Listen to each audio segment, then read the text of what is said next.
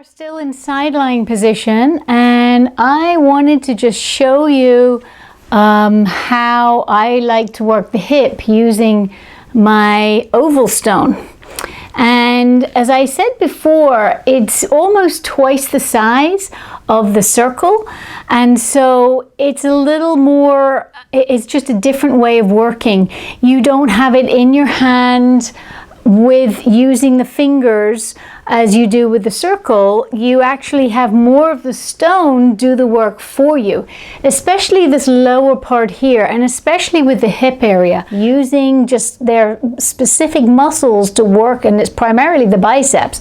You don't want to just engage the biceps. In fact, you don't want to engage the biceps at all. You want to engage your whole body. So you are leaning forward, and as you're leaning forward, that pressure is going from your whole body's momentum into the stone. And again, loosening up, warming up that muscle before you do a lot of work with it.